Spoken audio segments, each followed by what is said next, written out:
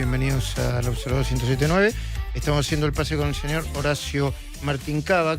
La temperatura en este momento 22 grados 2 décimas, 11 3500 107.9 y por favor les pedimos suscríbanse al Observador 107.9. En este momento, ¿cuántos suscriptores tenemos, querido Nacho Paladino? 1, 2, 3, 4, 5, 6... 228.598 suscriptores. Necesitamos llegar a 300.000 antes del 1 de mayo, momento en que cumplamos 2 años y que vamos a tirar la casa por la ventana. Querido Horacio Cavac, muy buenas tardes. ¿Qué haces, Luis? ¿Cómo te va? Muy bien. Buena entrevista hoy, ¿eh? Sí, lo llamamos al presidente para ver si nos podía atender. Nosotros pensamos que a esa hora iba a reunirse con el secretario del Tesoro, pero se demoró la llegada del secretario del Tesoro y entonces nos atendió a las 2 de... Claro. A las 11 de la mañana. ¿Querés que peloteemos alguna de las cosas que dijo el presidente? Obviamente, dale. Yo lo entrevisté, así que te escucho a vos a partir de ahora. Yo te vi por la tele, porque mientras vos lo entrevistabas al presidente... Y yo también te vi por la tele, que estamos en vivo. Gran parte de la entrevista en La Nación Más. Muchas gracias a Esteban Talpone y a todos nuestros compañeros de La Nación Más. Muy bueno. Te dejaron un buen momento. ¿Anduvo bien la entrevista? Anduvo muy bien, sí. No, después te empezás a levantar un montón. Hasta en C5, ¿no? Hasta en C5 saliste. Pero La Nación Más tiene permiso para salir con el Observador. Bueno, además no. Cobrales. No, buena entrevista. Mucho título importante, definiciones, descripción. Y me parece que, a ver, es un día importante, ¿no? Sobre todo por lo que se anunció y por el tiempo que llevan laburando. Bueno, ¿cómo lees primero, antes de escuchar al presidente? ¿Cómo lees que el dólar oficial cotice a 1.210 pesos? ¿Cómo hay que leerlo? ¿Hay dólar libre, hay dólar oficial? ¿Cómo hay que leerlo? Mira, el dólar libre va a seguir existiendo porque el gobierno lo que está diciendo es vos podés venir a comprar lo que quieras siempre y cuando que sea plata blanca, siempre y cuando que sea plata bancarizada, siempre y cuando vos la puedas justificar, no vas a tener ningún tipo de problema. Si vas a querer comprar dólar con plata negra, te vamos a vender 100. O sea, en el dólar blue va a seguir habiendo demanda. Yo creo que el blue va a pasar a ser algo anecdótico porque al simplificarse esta cantidad de dólares que había cerca de 57 dólares. ¿Te acuerdas que estaba el dólar Coldplay, el dólar maní, el dólar gelatina, el dólar... Bueno, ahora hay un solo dólar. Y la lectura que yo hago es, el gobierno dijo va a fluctuar entre 1.000 y 1.400. Y está clavado medio como en el medio. Había arrancado, los bancos lo ofrecían a 1.300, después bajó a 1.190, después subió un poquito. Por lo que se puede ver el primer día, que es el día en el que supuestamente aquel que está necesitado de dólares, ansioso por el dólar, sale corriendo a comprar, la verdad que no se movió demasiado la demanda. Creo que el gobierno esperaba este escenario. Con este escenario estaban bien, a mitad de tabla. El presidente dijo, así se diseñó el plan para salir del cepo. Es el audio número 24, perdón, Nacho. Básicamente nosotros para salir del cepo nos pusimos tres condicionamientos. Uno era que la inflación convergiera al Crolimpec, que la base monetaria en el formato tradicional convergiera a la base monetaria amplia y recapitalizar el Banco Central. Pero nosotros teníamos que ser muy prudentes para eso y básicamente nosotros teníamos la convicción de que para el 31 de diciembre del 25 el cepo no debería existir más, que el 26 había que arrancar libres y en ese contexto nosotros desarrollamos un escenario pesimista que era, bueno, ok, lo tenemos que hacer solos, la única forma que lo podíamos acelerar era, digamos, alguna operación de ingeniería financiera que nos permitiera tener dólares frescos y bueno, y así fue como se diseñó el programa para ir al Fondo Monetario Internacional. Bueno, aclaró el presidente que ya está pensado desde antes, porque de nuevo, no es importante mi opinión. A mí cuando el presidente se enoja comprendo el enojo del presidente en tanto algunas críticas o algunas desinformaciones le pueden hacer daño al plan económico y en todo caso a la baja de inflación, al impacto sobre el dólar. Ahora, el presidente lo que quería decir era que la CUNSA se había equivocado, a la CUNSA lo fulminó. Lo arruinó. Lo fulminó. Es más, no es que no entiendo, no termino de entender qué es lo que hizo la CUNSA de qué lo acusa a la CUNSA. Lo acusa de ir al fondo a tocarle la puerta, a molestar, a decir, miren, no entiendo de qué lo acusa. Yo creo que lo acusa de varias cosas. Me parece que el presidente tiene esta cuestión, ¿no? Después de haberlo entrevistado varias veces. El presidente está convencido de lo que está haciendo y lo dice varias veces, que gran parte del gabinete, especialmente el equipo económico, está haciendo una patriada, que está hasta dejando de lado cuestiones familiares, como Daza, ¿no? Daza, que dice que dejó a su familia y su casa y su trabajo para comprometerse a eso. Entonces, cualquier situación que él considera que es gente que está jugando sucio o que está complicando el plan económico o que está boicoteando lo que ellos consideran prácticamente que es una causa nacional, medio que le da un par de oportunidades. Porque hoy conversando con vos te decía con Cavallo. A Cavallo dijo una cosa que no estaba bien, pidió disculpas. Dijo una segunda cosa que no estaba bien. Cavallo era, antes para Milei, Cavallo era un super capo, ¿no? Entonces, si Cavallo no tiene la información que yo estoy teniendo y se equivoca una vez, pide disculpas, bien. Segunda, bien. La tercera vez ya me lo tomo como una cuestión personal. Y me parece que con la CUNSA le pasó lo mismo. Él te señalaba una historia de una jugada por atrás que Milei decía que él había hecho, que llamó a una persona para contar lo que estaba pasando y que la CUNSA después vino y dijo, no es tan así. Me parece que lo que le enoja a Milei es que la CUNSA estuvo diciendo, como muchos otros economistas, que la cosa pasaba por otro lado, que estaba equivocado, y creo que lo peor que le están diciendo ahora es como que improvisaron, que corrigieron sobre la marcha, que anticiparon algo, que se equivocaron del timing. En eso la CUNSA, ayer con la nota de José del Río, no me gustó, porque en realidad no es así la CUNSA. Pues yo no lo tengo así. Claro. Y es raro porque encima la CUNSA evita decir que él es el que lleva al país al cepo, porque el plan económico del gobierno de Macri empezó a hacer agua cuando confirman que en la primera vuelta le había ganado Alberto Fernández cómodamente, o sea, que el país estaba ya en vías de volver al kirchnerismo. La CUNSA tiene que salir a quemar las naves y termina poniendo el cepo, digamos. El cepo no lo pone Alberto Fernández. En el cepo lo pusieron en el kirchnerismo. Sí, hay que decir que no tenía mucha opción, ¿eh? Pero estaba gobernando Macri y el plan económico era el de Macri. Y si vos terminás el gobierno y tenés que poner un cepo, es que algo bien no hiciste. Y el cepo lo puso la CUNSA. Me escriben muy cerca de la oficina de la presidencia. Está todo volando. ¿Viste en ese lenguaje que hablan los economistas, no? Está todo volando. Acciones vuelan. Acciones vuelan. Bonos vuelan. Dólar cae. Che, si tenemos un minutito, hablemos con alguien, de algún economista que esté siguiendo los mercados. Bueno, Milei dijo, es el audio número 25, desde hoy la Argentina es más libre. ¿Qué tal, Luis? Un gusto enorme estar hablando contigo y en un día tan especial donde hoy somos más libres. Hoy es un día muy importante porque hemos roto otra cadena más, una de las cadenas más pesadas y más difíciles. Digamos, este cepo que se puso durante el final del gobierno de Macri con Hernán Lacunza, digamos, generando un monstruo cambiario que además defaulteó la deuda en pesos. Recordemos que bajo el artilugio de reperfilamiento, Lacunza, digamos, y Macri defaultearon deuda en pesos, algo inédito, y que después verdaderamente el kirchnerismo hizo del cepo que Alcatraz pareciera un juego de niños.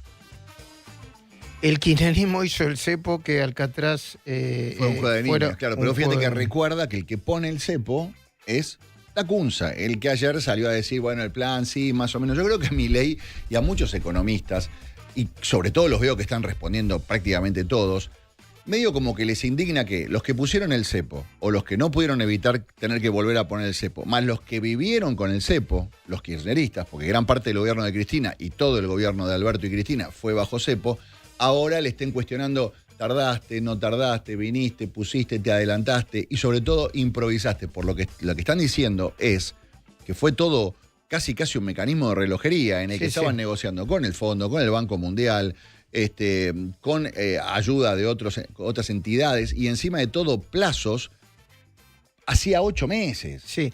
Yo escuché un periodista que es, la va de muy serio, pero bastante chantún en economía. Se supone que es especialista en economía, ¿no? Que decía, y lo hicieron un viernes, y lo mantuvieron en secreto.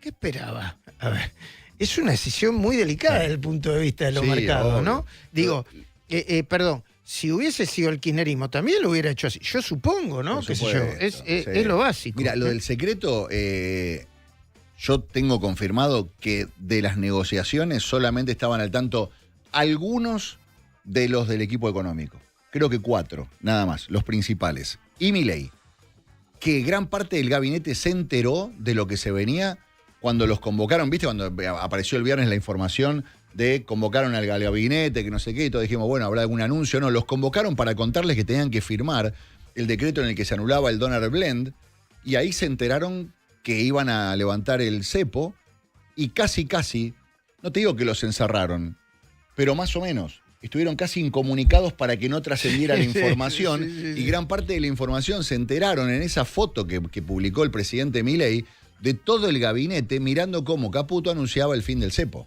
Hubo secreto. Claro que sí. El Banco Nación está informando cada tanto el cierre y la apertura, la compra-venta del dólar. Yo se lo estoy pasando en este momento a Joaquín Villanustre para que se lo pase a Nacho Paladino. Mientras tanto, Nacho, ¿vas a poner eso o pasamos lo...? Ponelo, a ver. A ver, Horacio. Ahí está. Banco Nación. En este momento, la última información, el dólar está a 1.160 para la compra, 1.210 para la venta. La última actualización fue 12.46, creo que lo actualizan cada 15 minutos. El euro 13.13, 13.88 y el real 20.920. Pero lo concreto es que el dólar Estados Unidos está a la compra 1.160, a la venta 1.210, justo en el medio de estas bandas de flotación, ¿no? Que puede ir desde 1.000 hasta 1.400. Interesante lo que te contó vos el presidente, que la banda se va a ir ampliando hacia arriba en 1%, pero también hacia abajo. O sea, cada vez va a tener que estar más barato si vos el dólar le para que el gobierno presidente intervenga. Hoy lo admitió, y a Caputo, yo creo que en el mediano y largo plazo ellos ven al dólar desde el punto de vista de la cantidad de pesos que hay en circulación, lo ven más hacia los 1.000, hacia los 1.000 pesos que hacia los 1.400 bueno, te pesos. contaba, porque el gobierno ahora solo va a salir a intervenir, a comprar dólares en el caso de que el dólar baje mucho, pero al mismo tiempo el presidente te decía que tienen un compromiso de comprar por lo menos 4.000 dólares, o sea que consideran que en algún momento van a tener que intervenir a la baja. Y viste que dijo que en junio se levantan las retenciones, así que empiecen a liquidar ahora. Hoy Pancho Olivera me decía que hay cerca de 30.000 millones de dólares en poder de digamos, en exportaciones. Si le sumas los 30.000 millones de dólares, más la cantidad de dólares que están ingresando, más este acuerdo, que no lo pueden decir porque forma parte de esta negociación en secreto que maneja el gobierno, pero que la charla con este secretario del Tesoro es un poco por aranceles, pero es mucho también por una cantidad de dinero que vaya. A ver, yo cometí un error. En la suma del monto que para el presidente llega a 44.000 millones de dólares para ponerlo en el mercado, en el caso de que se genere una corrida, hay 2.000 millones de dólares que son vinculados con el repo. No es repo. Yo puse repo en el texto del editorial de ayer, y es repo.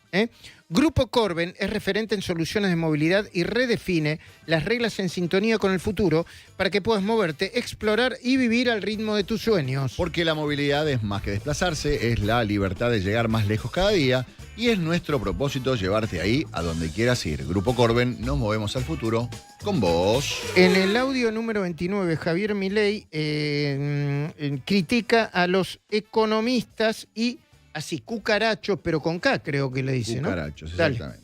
Los cucarachos empezaron a decir que no íbamos a tener ningún acuerdo, que con suerte conseguíamos 3.500 millones de dólares, que nos exigían poner una banda entre 2.500 y 3.000 pesos, ¿sí? O, digamos, economistas mentirosos como Hernán Lacunza, que fue a una reunión, ¿sí? Y le dice al presidente de una institución que él tenía información confidencial del fondo, que, digamos, nos pedían, digamos, llevar el tipo de cambio a la estratosfera, y que cuando eso se filtró, nosotros ya teníamos el dato, porque este presidente de la institución llamó a Mecón para contar las barbaridades que estaba diciendo Hernán Lacunza, ¿sí? Y luego de ello, Lacunza llama al Mecón diciendo que él nos apoyaba y que y que no había dicho eso, y ya teníamos la información. O sea, para que vean, digamos, la calidad humana de la gente que anda acá, o el mismísimo Melconian, digamos, que decía que ni Copperfield podía sacar, ¿sí?, el programa que nosotros proponíamos, y le cae justo el anuncio del fondo del Staff Level Agreement, y frente al evento en que queda en evidencia como incompetente, mentiroso y mala persona, ¿sí?, aparece a decir, bueno, pero el board no se lo va a aprobar.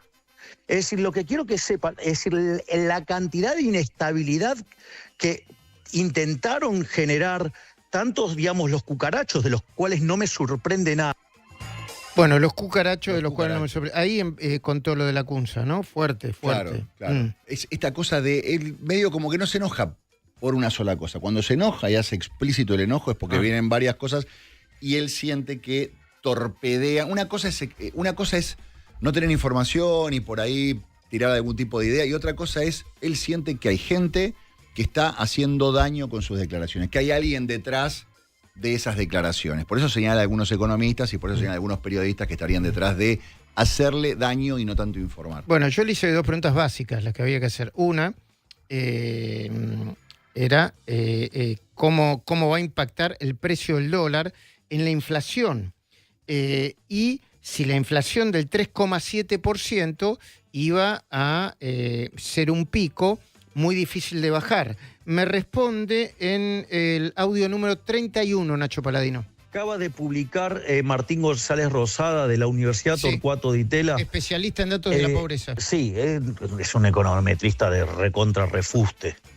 Pero, ¿qué hizo? Estimó la inflación desestacionalizada. Dio un punto menos que eso, 2,6 dio. ¿Y qué me quiere decir con eso? Que, digamos, que lo que vimos... 3,7 es por razones estacionales, porque la carne subió de manera extraordinaria y porque los servicios de educación también. La educación, que subieron 21%, porque ahí hay una Dice que no es una reglamentación. tendencia. Dice que no es tendencia entonces esa suba. Exactamente, no es una tendencia. Es un mal dato, pero entendible en la lógica de la estacionalidad del mes de marzo en especial.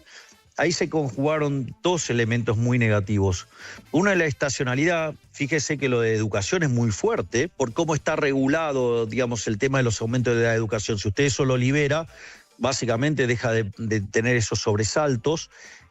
Y lo otro es la inestabilidad política que nos generaron durante el último mes y medio.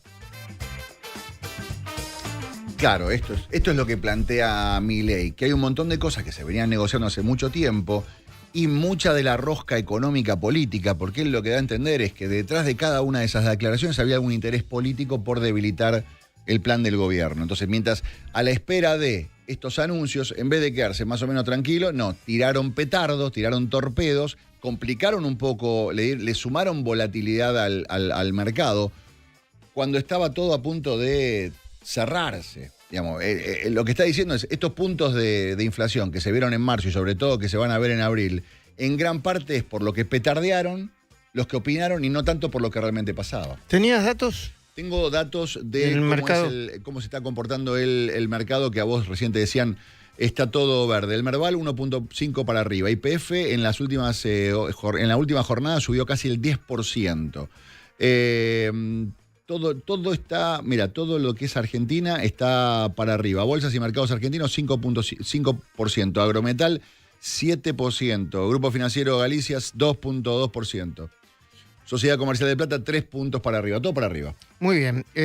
Hablamos con Federico Furiase, estuviste a la mañana conversando con él. Sí. Le quiero hacer 2 o 3 preguntitas si no te parece mal. Federico Furiase, miembro del equipo económico. ¿Me decís el cargo exactamente? Así no me director del Banco Central. Director del Banco Central.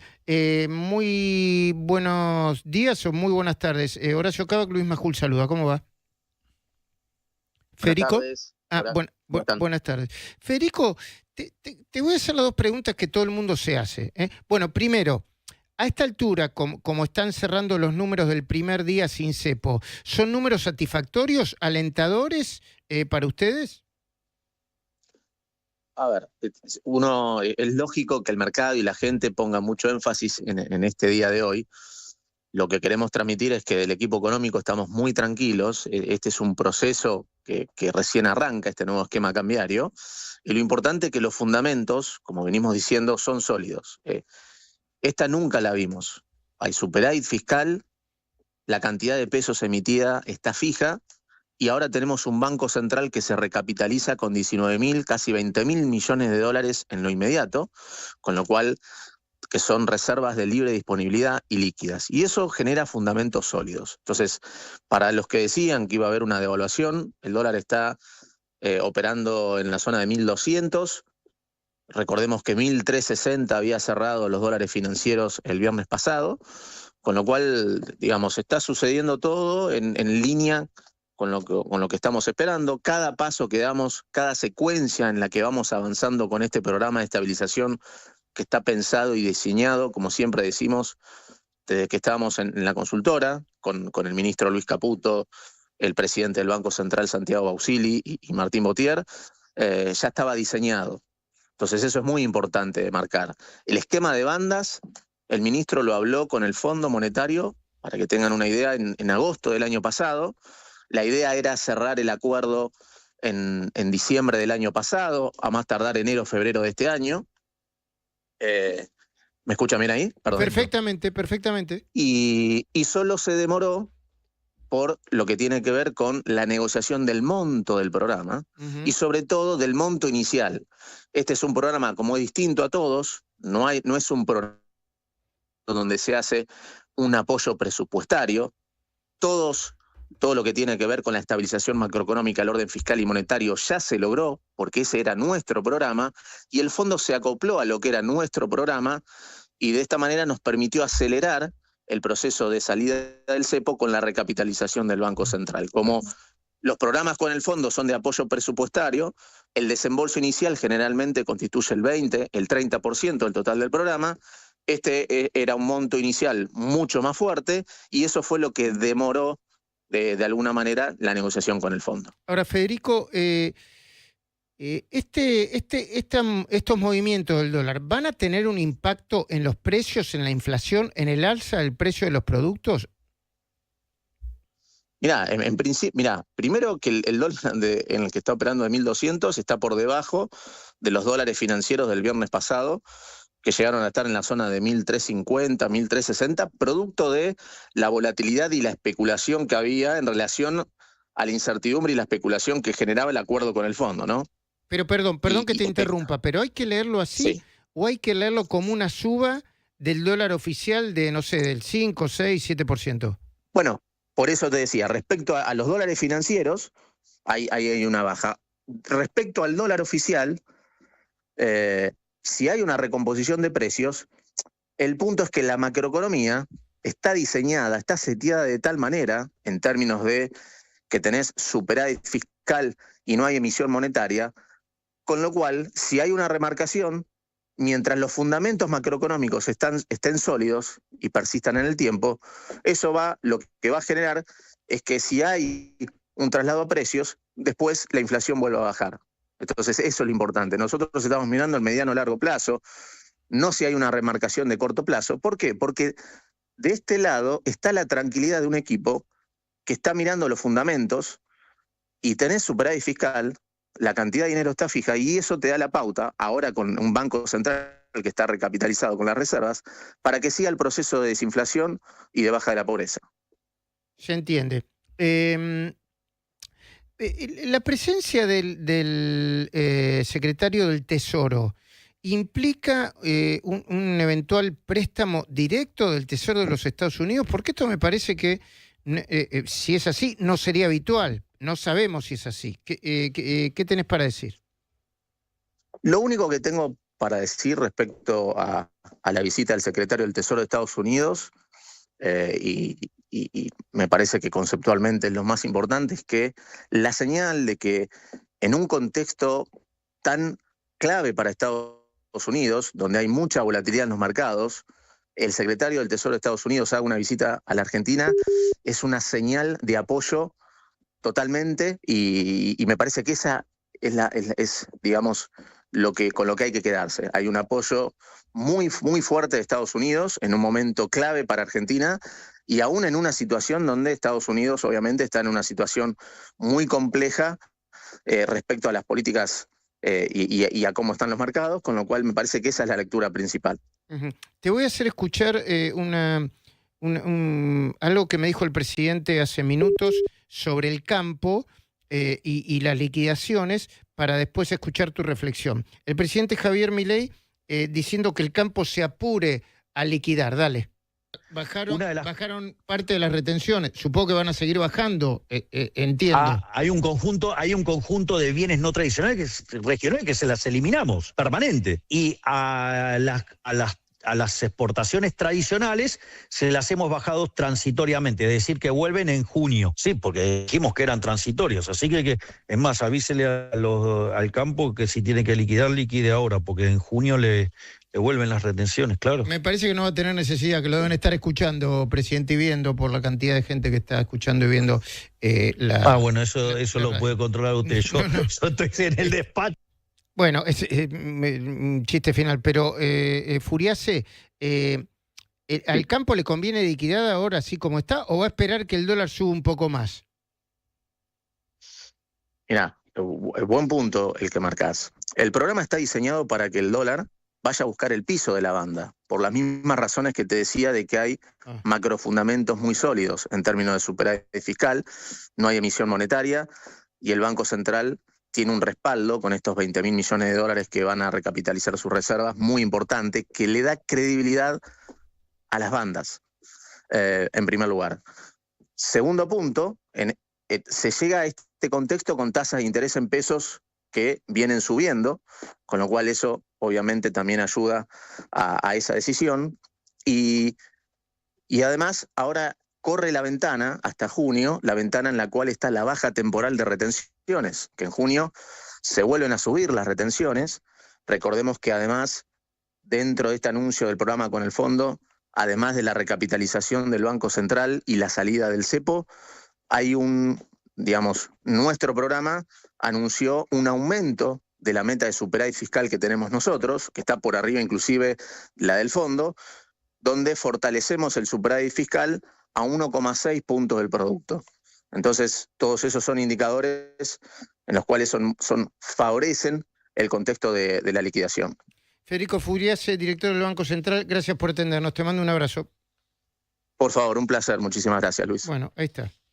Es clarito Furiase también, ¿eh? Pum, pum, pum, claro, pum, claro. pum. Sí, porque hay varias cosas para explicar y me parece que para está mí bueno. El dato es, nosotros hicimos una banda que converge hacia los 1000, no hacia los 1400. Bueno, es lo que plantearon todo el tiempo. Además, algunos dicen que ni siquiera quería que hubiera bandas el presidente. Que medio como que los demás le dijeron, no, vamos un poquito, presidente, vamos a cubrirnos un poco.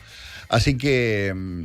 Pero es claro, y es importante, varias cosas que te dijo el presidente a vos. Uno, creo que el anuncio es, métale campo, liquide ahora, porque el dólar va a bajar y encima vuelven las retenciones. Así que es negocio liquidar ahora. Si ustedes pensaban, que es el mensaje que le dio a muchos empresarios y a muchos especuladores económicos. Ustedes se jugaron con que el dólar iba a llegar a 1.800. Nunca llegó a 1.800. E hicieron lo posible para que el dólar llegara a 1.800. No va a llegar a 1.800. No, bueno, ahora el mensaje al campo es, si pensaban que iban a tener que esperar para liquidar a 1.500, olvídense del tema, liquiden ahora porque dentro de poco va a estar el dólar más barato y encima con retenciones. Llegó a Café Martínez un café que te va a craquear, un café que la va a romper. Vení a tu sucursal más cercana, pedite nuestro nuevo Craque Latte. Hacele un crack a tu latte y sumate a nuestro Craque Challenge. El Craque Latte la rompe. Señoras y señores, me voy a almorzar. Después de almorzar me voy a tomar un Craque Latte. Después de tomar un Craque Latte me voy a dormir una siesta de minutos. Y después empiezo todo de nuevo. Nos vemos hoy a las 20, ¿no? Super lunes tenemos ¿Preparaste hoy, todo hoy para la...? Sí, por supuesto. Qué quilombo que va a ser hoy, ¿eh? ¿Con quién vamos a estar? Y no sé, pero hay un montón de economistas citados, hay un montón de políticos también citados. Estamos con Cristina Pérez, con vos, con Luis Gasulla, con Nico Pizzi, con Débora Plata. Bueno, un quilombo. Buenísimo, bueno.